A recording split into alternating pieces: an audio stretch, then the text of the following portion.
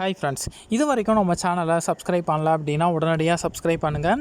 உடனுக்குடன் அப்டேட் வேணும் அப்படின்னா பக்கத்தில் உள்ள பெல் பட்டனை கிளிக் பண்ணிக்கோங்க. இன்றைக்கி நம்ம பார்க்க போகிற லேட்டஸ்ட் நியூஸ் என்ன அப்படின்னு பார்த்தீங்கன்னா, சின்னத்திரை காமெடி நடிகரான வடிவேல் பாலாஜியோட உயிர் இன்னைக்கு பிரிஞ்சிருக்கு. ஸோ எல்லாருமே இப்போ அதிர்ச்சியில் ஆழ்ந்திருக்காங்க அப்படின்னு தான் சொல்லணும். ஸோ இது எப்படி நடந்தது அப்படிங்கிறத நம்ம விரிவாக பார்க்கலாம். ஸோ பாலாஜி எடுத்துட்டோம் அப்படின்னா, கலக்க போவது யார் சீசன் 4 ஒரு போட்டியாளராக பங்கு பெற்றார். ஸோ காமெடி நடிகராக தனக்கான ஒரு மிகப்பெரிய ரசிகர் பட்டாளமே இவர் இருக்குது அப்படிங்கிறதுல எந்த சந்தேகமே கிடையாது. ஸோ இவர் செட்டுக்குள்ளே என்ட்ரி ஆகிறாரு அப்படின்னா கண்டிப்பாக எல்லாருமே விழுந்து சிரிப்பாங்க. ஸோ அந்த அளவு மக்களை சிரிக்க வச்ச ஒரு கலைஞன் அப்படின்னே சொல்லலாம். ஸோ 42 வயது தான் ஆகுது. ஸோ இவங்களுக்கு பார்த்தீங்க அப்படின்னா ஒரு மகன் மற்றும் ஒரு மகள் இருக்கிறாங்க. இது எல்லாத்துக்குமே தெரியும். அது மட்டும் இல்லாமல் 5 வருஷத்துக்கும் முன்னாடியே பார்த்தீங்க அப்படின்னா இவருக்கு ஃபர்ஸ்ட் அட்டாக் ஏற்பட்டு அதிலிருந்து குணமடைஞ்சிருக்காரு. இப்போது 2வது அட்டாக் ஏற்பட்டிருக்கு. ஸோ 2 வாரங்களுக்கு முன்னாடியே இந்த அட்டாக் ஏற்பட்டிருக்கு. ஸோ முதல்ல பார்த்தீங்க அப்படின்னா சென்னையில் உள்ள ஒரு தனியார் மருத்துவமனையில் அனுமதிக்கப்பட்டிருக்காங்க. அங்கே சிகிச்சை செலவுகள் அதிகமாகிடுச்சு அப்படிங்கிறதுனால அடுத்து ஹாஸ்பிட்டல் மாற்றிருக்கிறாங்க. ஸோ இப்படி சிகிச்சை செலவுகள் அதிகமாக அவங்க ஹாஸ்பிட்டல் மாற்றிக்கிட்டே இருந்திருக்கிறாங்க. ஸோ கடைசியாக பார்த்தீங்க அப்படின்னா சென்னை ராஜீவ்காந்தி மருத்துவமனையில் அவங்க சேர்க்கப்பட்டிருக்காங்க. ஸோ சிகிச்சையின் போது அவருக்கு பிரெயின் ஸ்ட்ரோக் ஏற்பட்டிருக்கு. அதாவது மூளையில் இரத்த கசிவு ஏற்பட்டிருக்கு. அதனால தான் அவர் மரணமடைஞ்சிருக்காரு அப்படிங்கிற மாதிரி ஹாஸ்பிட்டல் தரப்பில் இப்போ அறிக்கை சொல்லியிருக்கிறாங்க. ஸோ வடிவேல் பாலாஜினா யார் அப்படிங்கிறத நம்ம பார்த்துடலாம். ஸோ பாலாஜி எடுத்துட்டோம் அப்படின்னா சென்னையில் உள்ள சேத்துப்பட்டு பகுதியை தான் இவர் சேர்ந்தவர்.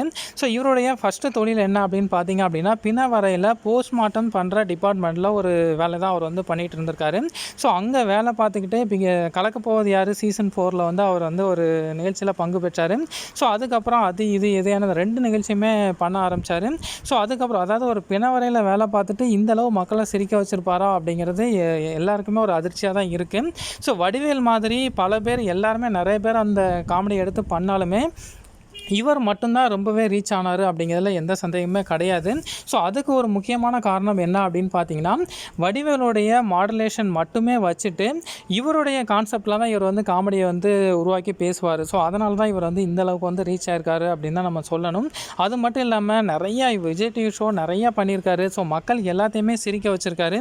ஸோ இவருடைய இழப்பு பார்த்தீங்க அப்படின்னா கண்டிப்பாக எல்லாராலையுமே தாங்கிக் கொள்ளவே முடியாது. எல்லாத்துக்குமே ஒரு அதிர்ச்சியாக தான் இருக்குது. ஸோ இதை பற்றி நீங்கள் என்ன நினைக்கிறீங்க அப்படிங்கிறத மறக்காமல் கமெண்ட் பாக்ஸில் பதிவு பண்ணுங்கள். Thank you friends. என்னப்பா பிரச்சனை? ஏப்பா ஒன்னதாப்பா கேக்குறேன். அங்க என்ன பாக்குற? என்ன பிரச்சனை? இல்ல மேடம், இது யாரு பிரியங்கா யாரு ராமரு அது சொல்லுங்க முதல்ல. ஏமா அப்பவே சொன்னேன் என் பக்கத்துல உட்காராதன்னு.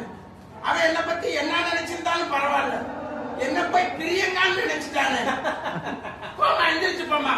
நீ போல நான் எந்திரிச்சு போமா. ஓகே, எல்லா நியூஸ் கேள்விப்பட்டிருப்பீங்க. நம்ம அண்ணன் காமெடி நடிகர் வடிவேல் பாலாஜினை இறந்துருக்காரு அப்படின்னு எல்லாம் கேட்டு எல்லாமே ரொம்ப ஷாக்கிங்கில் இருப்பீங்க. ஸோ அவரோட இறுதிச் சடங்குக்கு போகணுன்னு நினைக்கிறவங்க கீழே அட்ரஸ் நான் ஆட் பண்ணியிருக்கேன். அதுக்கு நாளைக்கு காலையில் தான் இறுதிச் சடங்கா. ஸோ நீங்கள் கேட்டுட்டு போகிறது வந்தால் அந்த அட்ரஸ்க்கு போயிட்டு வாங்க.